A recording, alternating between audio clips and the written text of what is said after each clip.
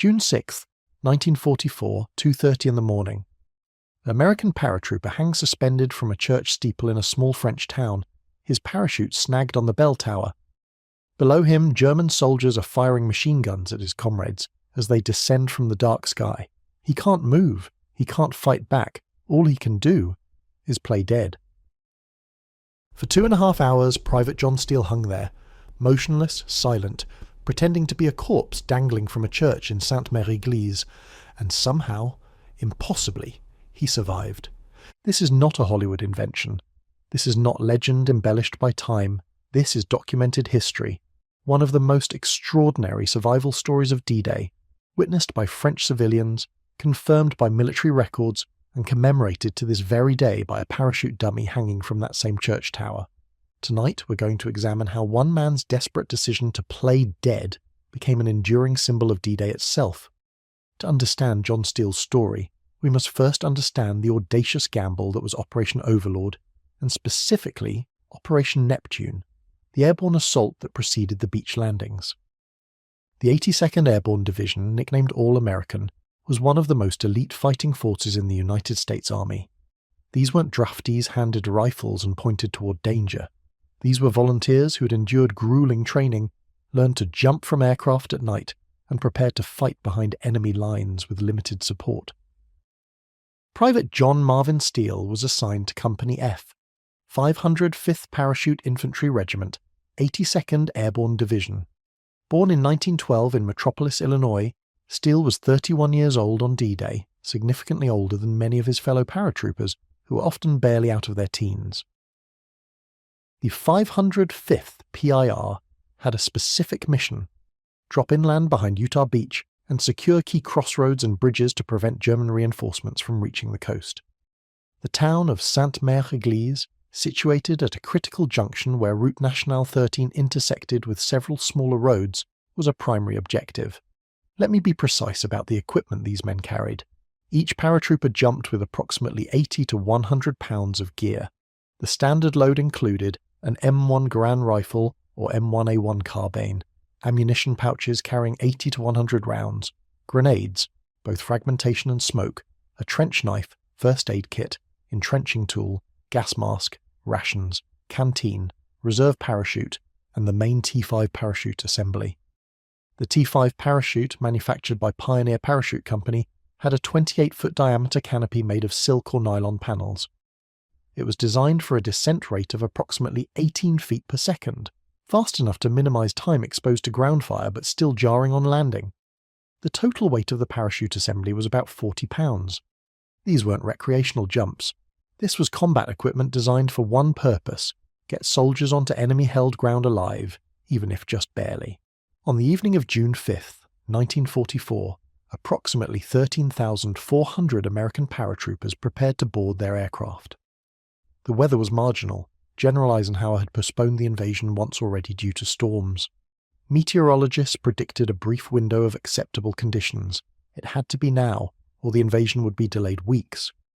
According to multiple accounts from veterans of the 505, the mood at the departure airfields was a mixture of determination and suppressed fear. These men had trained for this moment for months. They'd studied maps, memorized objectives, practiced equipment checks until they could do them blindfolded. The C-47 Skytrain, designated the Douglas C-47 Dakota in British service, was the workhorse of the airborne assault. Each aircraft could carry 18 fully equipped paratroopers plus a crew of 3. The planes were painted with distinctive black and white invasion stripes to prevent friendly fire from Allied ships and aircraft. At approximately 11 p.m. on June 5th, the aerial armada began taking off from bases across southern England. The 505th PR's planes departed from Cottesmore Airfield. The flight across the English Channel would take roughly an hour and a half. Veterans later described the experience: the deafening roar of the engines, the cold wind whipping through the open doors, the smell of aviation fuel and nervous sweat. Some men prayed, others tried to sleep, many simply stared into the darkness, contemplating what awaited them. Lieutenant Colonel Benjamin Vandervoort, commander of the 2nd Battalion, 505 PIR, broke his ankle on landing but continued to lead his men throughout D-Day and beyond, but that's another story. The point is, these were extraordinary individuals facing an extraordinary challenge. Here's where careful historical reconstruction becomes essential, because what happened over Sainte-Mère-Église was chaos, and chaos leaves fragmentary records. The plan called for the 505th to drop northwest of the town, but as the C-47s approached the drop zones around 1:30 a.m, they encountered something unexpected. Heavy cloud cover, intense anti-aircraft fire, and scattered formation. The German defenders, primarily elements of the 91st Air Landing Division and the 6th Parachute Regiment, were on alert. They'd been warned that an invasion was imminent, French resistance networks had been activated, and there had been increased Allied air activity. But here's the critical detail that shaped John Steele's fate. Sainte-Mère-Église was on fire. A house on the eastern edge of the town square had caught fire. Accounts differ on whether it was accidentally ignited by a stray incendiary bomb or set ablaze deliberately. What's certain is that the fire drew German soldiers and French civilians into the town square. And when American paratroopers began descending directly over that brightly lit town centre, they were silhouetted against the flames like targets in a shooting gallery. According to the testimony of French witnesses, documented in multiple post-war interviews and included in historian Cornelius Ryan's The Longest Day, the German soldiers began firing immediately. Some paratroopers were killed before they hit the ground. Others landed in trees on rooftops tangled in telephone wires. Private John Steele's stick, the group of paratroopers exiting from his aircraft, was dropped directly over the town instead of the intended drop zone northwest of Sainte-Mère-Église. Historians generally attribute this to navigation errors caused by heavy cloud cover and evasive manoeuvres to avoid anti-aircraft fire. At approximately 2:30 a.m, Private John Steele descended toward the church of Sainte-Mère-Église, a medieval structure with a distinctive square bell tower topped by a steeple. What happened next has been reconstructed from multiple sources. Steele's own post-war interviews, accounts from French civilians who witnessed the event, and testimony from German soldiers captured later that morning. Steele's parachute canopy snagged on the church steeple. The precise mechanism, whether it caught on the stone pinnacle or became entangled in the bell tower structure, is not entirely clear from available accounts. What's certain is that he found himself suspended approximately 70 feet above the town square, unable to reach his reserve parachute release, unable to cut himself free. Below him, the battle raged, machine gun fire, the crack of rifles, screams in English, German and French, the smell of burning wood mixing with cordite smoke. Try to imagine his position. His parachute harness is cutting into his shoulders and thighs, supporting his full body weight plus 80 pounds of equipment. His hands are free, but he can't reach the tools he needs. He's directly illuminated by the fire below. German soldiers are executing wounded paratroopers in the street. Multiple witnesses confirmed this occurred, though exact numbers remain disputed. Steele later stated in interviews that he initially tried to free himself, but realized that any significant movement made him visible to the soldiers below. According to his account, he could see German troops moving through the square searching for paratroopers, so he made a decision that probably saved his life.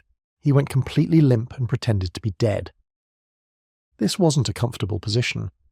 Medical experts who've examined this case note that remaining motionless while suspended in a parachute harness for extended periods causes excruciating pain. The harness straps constrict blood flow, muscles cramp.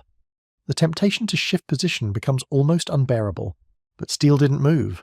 According to testimony from French civilians, specifically Simone Renaud, who would later become mayor of Sainte-Mère-Église, Steele hung there for approximately 2.5 hours. One account suggests that a German soldier fired at him at one point, and the bullet struck his foot, severing one of his toes. However, this detail appears in some accounts, but not others, and Steele himself gave varying descriptions of his injuries in different interviews over the years. What we know with certainty, Steele survived by remaining motionless while German soldiers controlled the town square below him. Around 4:30 a.m, as the situation evolved, with more American paratroopers regrouping and beginning to assault German positions, German soldiers finally noticed the apparently dead paratrooper hanging from the church. They cut him down. Steele later recounted that he maintained his deception initially, then claimed to be injured and unable to fight. The German soldiers, apparently satisfied he posed no immediate threat, took him prisoner. Here's where the story takes another remarkable turn, though the details become more fragmentary. Steele was held prisoner by German forces for several hours. The exact location and circumstances vary between accounts. Some versions suggest he was held in a building near the church, others indicate he was moved to a German command post outside the town. What's documented is that during the confusion of the ongoing battle, as elements of the 505 PIR, including companies that had landed relatively intact, began their assault on Sainte-Mère-Église, Steele managed to escape or was liberated by advancing American forces.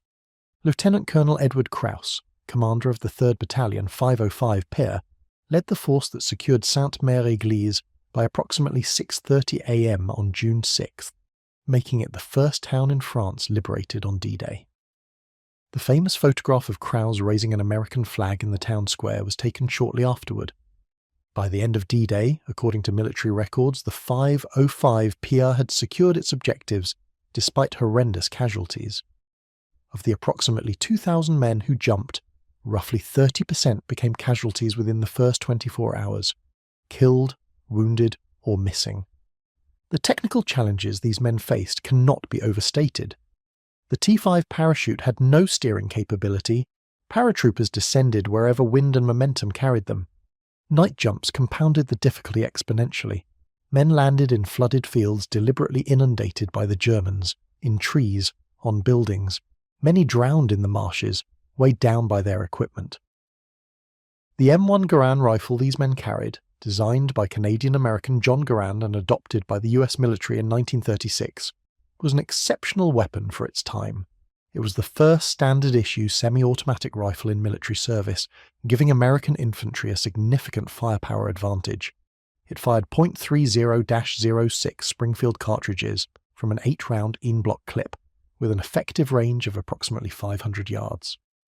But all that firepower meant nothing if you landed in 6 feet of water or got tangled in a tree. The paratroopers who survived the landing faced immediate combat against German forces who knew the terrain, had prepared defensive positions, and held interior lines of communication. That John Steele survived, first by hanging motionless for hours, then by escaping or being liberated, is remarkable. That his story was documented and preserved is equally significant.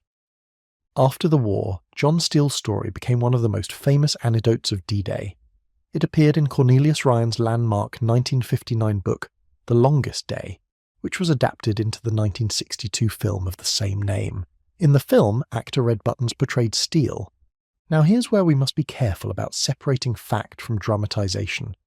The film took liberties with details for narrative purposes.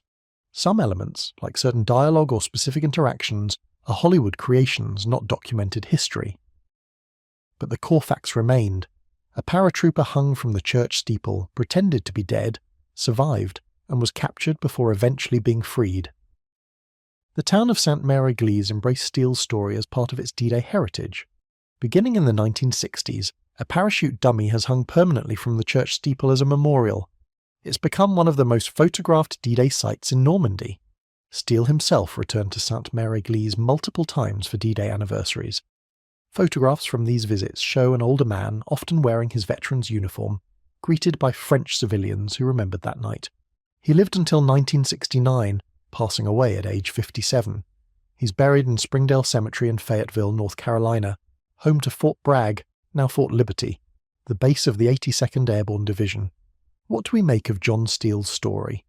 On one level, it's almost absurd. A man survives one of history's largest military operations by hanging from a church and playing dead. It sounds like something from a dark comedy, not a documentary about the most consequential battle of World War II. But look deeper, and you see something profound about the nature of combat and survival. The great narratives of D-Day, the ones we tell most often, focus on collective heroism.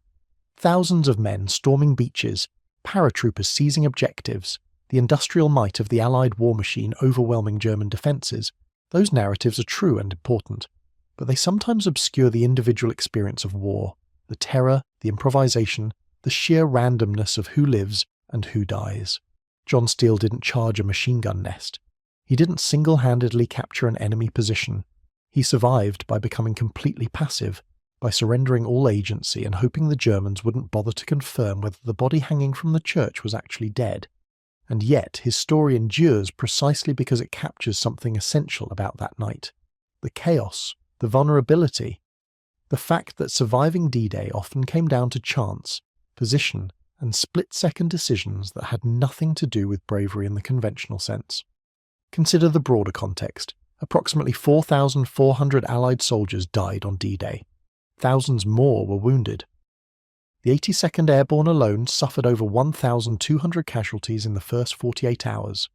Behind every statistic was a person, someone's son, brother, father, husband.